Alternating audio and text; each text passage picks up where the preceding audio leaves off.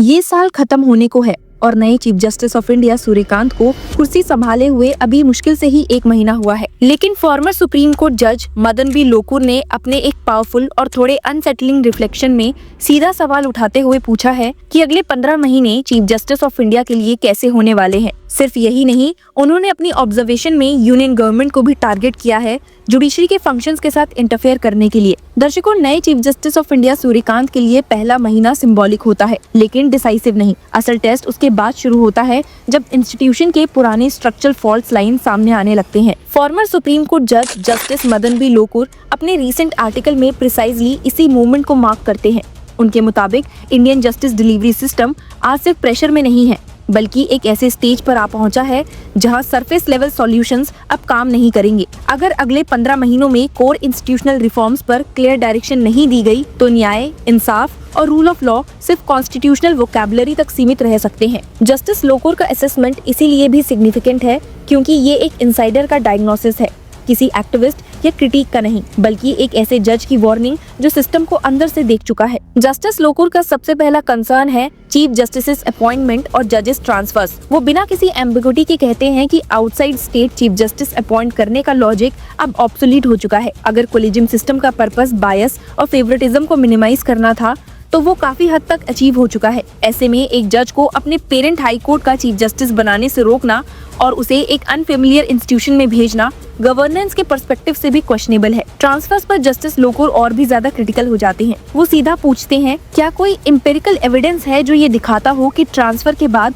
जज ज्यादा एफिशिएंट हो गया या हाई कोर्ट का एडमिनिस्ट्रेशन सडनली बेटर हो गया? उनके मुताबिक ऐसा कोई डाटा एग्जिस्ट ही नहीं करता। ट्रांसफर्स लार्जली सब्जेक्टिव असेसमेंट पर बेस्ड होते हैं और रिसेंट ईयर्स में ये परसेप्शन भी बनी है कि कुछ ट्रांसफर्स यूनियन गवर्नमेंट के प्रेफरेंस पर हुए हैं। अगर ये परसेप्शन भी पार्शियली ट्रू है तो जस्टिस लोकुर इसे जुडिशरी की इंडिपेंडेंस के लिए एग्जिस्टेंशियल थ्रेट मानते हैं। वो पास्ट एग्जांपल्स को साइट करते हैं, जस्टिस राजीव शक्धेर, जस्टिस अखिल कुरैशी, जस्टिस मुरलीधर, जिनके ट्रांसफर्स ने जुडिशरी के अंदर भी डिस्कम्फर्ट क्रिएट कर दिया। आज जब रिपोर्ट ये सजेस्ट करती है कि एक हाई कोर्ट जज ट्रांसफर एक्सेप्ट करने से इनकार कर रहा है तो जस्टिस लोकुर वार्न करते हैं कि ऐसे इंस्टीट्यूशनल फ्रिक्शन फ्यूचर में और बढ़ सकते हैं। उनका अगला कंसर्न है कोलिजियम सिस्टम की ओपेसिटी। जस्टिस लोकुर इस इशू पर कोई प्रिटेंस नहीं रखते। वो कहते हैं कि कोलिजियम ओपेक है, लेकिन लीगल फ्रेटर्निटी को लार्जली पता होता है कि डिसीजंस कैसे लिए गए। फिर सवाल उठता है कि ट्रांसपेरेंसी से डर क्यों है? उनका आर्ग्यूमेंट काफी कंपेलिंग है। ट्रांसपेरेंसी एम्बैरेसमेंट लाती है और एम्बैरेसमेंट अकाउंटेबिलिटी इन्फोर्स करती है। अगर कोई अनफिट कैंडिडेट रिकमेंड होता है तो हाई कोर्ट कोलेजियम की क्रेडिबिलिटी स्टेक पर होती है। अगर सुप्रीम कोर्ट कोलेजियम उस रिकमेंडेशन को क्लियर करता है तो वहाँ के जजेस की इंस्टीट्यूशनल रेपुटेशन सवाल के घेरे में आ जाती है। इसी प्रेशर के चलते मेरिट और डाइवर्सिटी नेचुरली प्रायोरिटाइज होगी। जस्टिस लोकुर एक वाइडली सर्कुलेटेड क्लेम को भी डिबंक करते हैं कि इंडिया में जजेस को अपॉइंट करते हैं। उनके मुताबिक ये हाफ ट्रुथ है। जजेस सिर्फ रिकमेंड करते हैं, अपॉइंटमेंट का फाइनल कंट्रोल यूनियन गवर्नमेंट के पास होता है। पेंडिंग फाइल्स, रिजेक्टेड नेम्स और आदित्य सोंधी जैसे एग्जांपल्स ये दिखाते हैं कि गवर्नमेंट के पास इफेक्टिव विटो पावर है। इस कंटेक्स्ट में जस्टिस लोकुर कोलेजियम सिस्टम को एबॉलिश करने के खिलाफ स्ट्रांगली आर्ग्यू करते हैं। उनका कहना है कि इस सिस्टम को डिस्ट्रॉय नहीं, स्ट्रेंथन करना होगा। अगर सुप्रीम कोर्ट कोलेजियम के रिकमेंडेशंस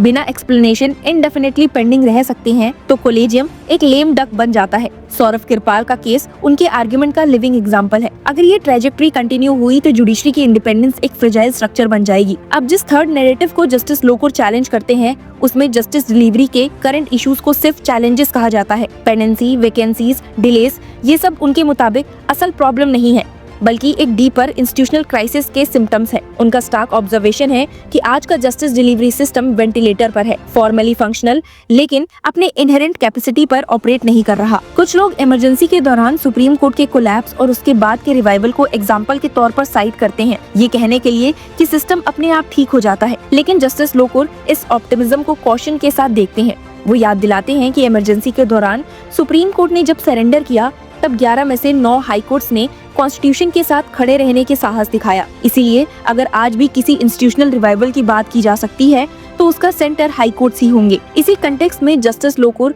अपने सबसे इम्पोर्टेंट डिमांड को सामने रखते हैं कि हाई कोर्ट्स को वीकेंड करना बंद कीजिए, उन्हें कॉन्स्टिट्यूशनल रूप से री इन्वोगेट कीजिए। कॉन्स्टिट्यूशन हर हाई कोर्ट को अपना चीफ जस्टिस देता है और उसकी एडमिनिस्ट्रेटिव अथॉरिटी को रिकॉग्नाइज करता है। फिर भी ग्राउंड रियलिटी ये है कि हाई कोर्ट्स को सिस्टमैटिकली एक इंटरमीडिएट फोरम बना दिया गया है। जहां से matters almost mechanically supreme court तक पहुंच जाते हैं। जस्टिस लोकुर एक और ब्लंट सवाल उठाते हैं कि क्यों एक प्योरली स्टेट लॉ से जुड़ी landlord tenant dispute supreme court तक पहुंचती है। अगर हाई कोर्ट से कोई एरर होती है तो वो खुद लार्जर बेंच के थ्रू उसे करेक्ट कर सकता है, बिल्कुल उसी तरह जैसे सुप्रीम कोर्ट करता है। सुप्रीम कोर्ट का primary role federal issues, constitutional interpretation और पार्लियामेंट्री लेजिस्लेशन तक लिमिटेड रहना चाहिए। जब सुप्रीम कोर्ट हर छोटी स्टेट स्पेसिफिक डिस्प्यूट में इंटरवीन करता है तो उसका डॉकेट एक्सप्लोड होता है और हाई कोर्ट का अथॉरिटी परसेप्शनली डाइल्यूट होता है। दर्शकों, जस्टिस लोकुर का आर्गुमेंट सिर्फ पेंडेंसी रिडक्शन तक लिमिटेड नहीं है। ये एक कॉन्स्टिट्यूशनल डिजाइन करेक्शन का प्रपोजल है जिसमें हाई कोर्ट्स को स्टेट के सुप्रीम कोर्ट के रूप में एक्सेप्ट किया जाए। इससे जुडिशियल कॉन्फिडेंस भी बढ़ेगा और सुप्रीम कोर्ट अपना फेडरल कैरेक्टर प्रिजर्व भी कर पाएगा। फिर आते हैं वो उन इश्यूज पर जिनके बारे में डेकेड से बात हो रही है, पेंडेंसी और वैकेंसीज। जस्टिस लोकुर डाटा के साथ बताते हैं कि हर महीने लाखों केसेस ऐड हो रहे हैं। लगभग 20% जुडिशियल पोस्ट वेकेंट है। Infrastructure, court rooms, train staff सबकी शॉर्टेज है। फ्रीक्वेंट ट्रांसफर्स ने जुडिशियल ऑफिस का प्रेस्टीज इरोड कर दिया है और कॉम्पिटेंट लॉयर्स जजशिप एक्सेप्ट करने से हेजिटेंट हो रहे हैं। डिस्ट्रिक्ट कोर्ट्स के साथ साथ tribunals, consumer forums, RTI authorities और जुवेनाइल जस्टिस बोर्ड्स भी सिवियर बैकलॉग से जूझ रहे हैं। इंडिया जस्टिस रिपोर्ट की फाइंडिंग्स का रेफरेंस देते हुए जस्टिस लोकुर चिल्ड्रन की केसेस की सिचुएशन को मोर देन पैथेटिक बताते हैं। उनका कंक्लूजन ग्रिम है। कन्वेंशनल मेथड से ये बैकलॉग क्लियर नहीं हो सकता। जस्टिस लोकुर के आर्टिकल का सबसे अनकंफर्टेबल हिस्सा उसका एंड है कि सॉल्यूशंस अवेलेबल हैं, लेकिन उन्हें इम्प्लीमेंट करने के लिए जुडिशरी और एग्जीक्यूटिव को मिशन मोड में काम करना होगा। और जस्टिस लोकुर ओपनली लिखते हैं कि उन्हें इस कोलैबोरेशन पर डाउट है। उनका आर्टिकल सिर्फ एक विश लिस्ट नहीं, वो एक फॉर्मर सुप्रीम कोर्ट जज का इंस्टीट्यूशनल पोस्टमार्टम है। एक वार्निंग है कि सिस्टम कोलैप्स ड्रामेटिक नहीं होता, वो धीरे धीरे नॉर्मलाइज्ड हो जाता है। जस्टिस लोकुर की माने तो नए चीफ जस्टिस ऑफ इंडिया के लिए उनका ये आर्टिकल एक रोड मैप भी है और एक कॉशनरी नोट भी। सवाल ये नहीं है कि प्रॉब्लम्स आइडेंटिफाई हो चुकी है या नहीं, सवाल ये है कि क्या उन पर एक्शन लेने का पॉलिटिकल और इंस्टीट्यूशनल विल एग्जिस्ट करता है। अगर जवाब नहीं है तो जस्टिस लोकुर के शब्दों में हम सिर्फ न्याय की बातें करते रह जाएंगे, उसे डिलीवर नहीं कर पाएंगे। क्या आप लोग भी जस्टिस लोकुर के इस ओपिनियन से एग्री करते हैं? Share your views and keep following us.